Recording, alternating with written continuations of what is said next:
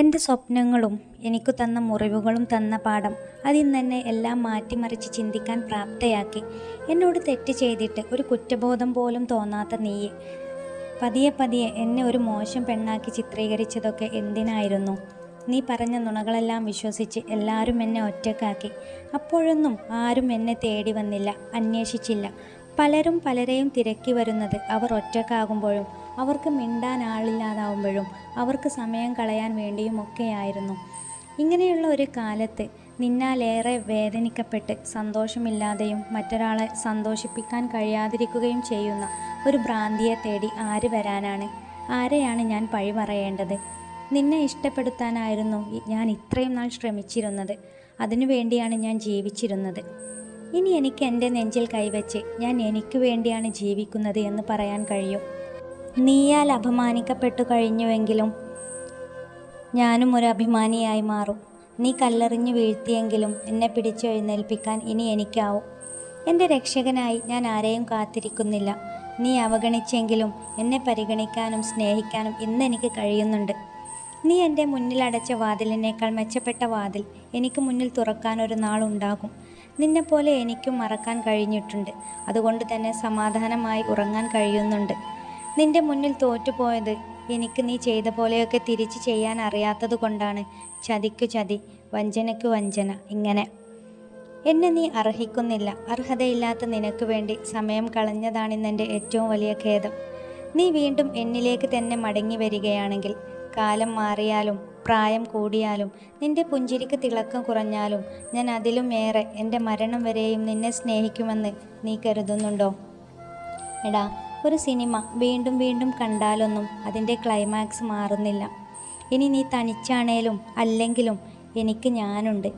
എനിക്കെൻ്റെ സമയമുണ്ട്. അതിലേറെ എൻ്റെ പ്രാർത്ഥനയുണ്ട്. എനിക്കിനി എന്നെ തന്നെ മതി. ഇത്രയും കാലം അടുത്തുണ്ടായിട്ടും എൻ്റെ സ്നേഹം കാണാതെ, വില തരാതെ മറ്റു പലതും തേടി നടന്നിട്ട് ഇന്നിപ്പോൾ കണ്ണും മനസ്സും അകലങ്ങളിലായി. അന്ന് നമ്മൾ ഒരുമിച്ചിരുന്നത് ഓർക്കാൻ പോലും ഞാൻ ഇഷ്ടപ്പെടുന്നില്ല. ഒറ്റപ്പെട്ടാലും വേദനിച്ചാലും പ്രിയപ്പെട്ടവരുടെ ശല്യം എന്ന പട്ടികയിലേക്ക് പേര് ചേർക്കാൻ ഇനി ഞാനില്ല. ഇനി ഒരിക്കലും അങ്ങോട്ട് വന്ന് ശല്യമാകാൻ ഞാൻ നിൽക്കുന്നില്ല. എപ്പോൾ വേണമെങ്കിലും വാക്ക് മാറാൻ മടിയില്ലാത്ത നിന്റെ വരവിനെ ഞാൻ പ്രതീക്ഷിക്കുന്നില്ല. ആ തിരിച്ചുവരവിൽ ഞാൻ സന്തോഷിക്കുന്നുമില്ല. ഇനിയും ഉറപ്പില്ലാത്ത നിന്നെ, അല്ലെങ്കിൽ നിനക്ക് വേണ്ടി ഞാൻ യാചിക്കുന്നുമില്ല. ഇടയ്ക്കിടയ്ക്ക് വന്നു പോകാൻ ഞാനൊരു സത്രമൊന്നുമല്ലല്ലോ. എൻ്റെ സങ്കടങ്ങളൊക്കെയും ഞാനിന്ന് കരഞ്ഞു തീർത്തു. ഇനി ഞാൻ എന്നെ തന്നെ ബഹുമാനിക്കുന്നു, സ്നേഹിക്കുന്നു. കാരണം ഇനിയും എന്നെ പരീക്ഷിക്കാൻ വേണ്ടി ഞാൻ മറ്റാർക്കും ഇട്ടുകൊടുക്കുന്നില്ല. ഇതിൽ നിന്നൊക്കെ ഞാൻ പഠിച്ച വലിയൊരു പാഠമുണ്ട്. ഇന്നത്തെ കാലത്ത് ഏറ്റവും നന്നായി ആത്മാർത്ഥത കാണിക്കുന്നിടത്ത് നിന്ന് ഏറ്റവും നന്നായി അവഗണിക്കപ്പെടും, പറ്റിക്കപ്പെടും. നമ്മളൊരു വലിയ വട്ടപൂജ്യമായി മാറും. ഇനി ഞാൻ ഒന്നിനു വേണ്ടിയും എന്നെ വിട്ടുകൊടുക്കാൻ തയ്യാറല്ല. അതുകൊണ്ട് എനിക്ക് തീർച്ചയായും വിജയിക്കാൻ കഴിയും. ലൈഫിലെ പ്രശ്നങ്ങൾ ഇനി മുതൽ എത്ര വലുതാണേലും അതിനോട് എനിക്ക് ഒന്നേ പറയാനുള്ളൂ: തോറ്റു തരാൻ എനിക്ക് മനസ്സില്ല. ഇനി ഞാൻ ആരിൽ നിന്നും ഒന്നും പ്രതീക്ഷിക്കുന്നില്ല. കാരണം എനിക്ക് എൻ്റെ മനസ്സിൻ്റെ സമാധാനമാണ് വലുത്. എൻ്റെ കണ്ണീരൊക്കെ ഇപ്പോൾ തീർന്നിരിക്കുന്നു. എനിക്കിപ്പോൾ മനസ്സറിഞ്ഞ് ചിരിക്കാനും കഴിയുന്നുണ്ട്. നീ എന്താ കരുതി വച്ചിരുന്നത്? അന്ന് ആ ആശുപത്രി കിടക്കയിൽ ഞാൻ ഇല്ലാതായി തീരുമെന്നോ?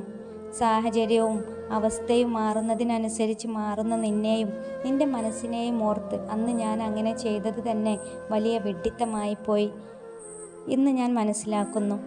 അന്ന് എൻ്റെ മനസ്സ് തകരാൻ പാകത്തിന്, വേദനിക്കാൻ പാകത്തിന്, മരണത്തെ പുൽകാൻ പാകത്തിന് ഞാൻ നിന്നെ ഭ്രാന്തമായി സ്നേഹിച്ചിരുന്നു, വിശ്വസിച്ചിരുന്നു.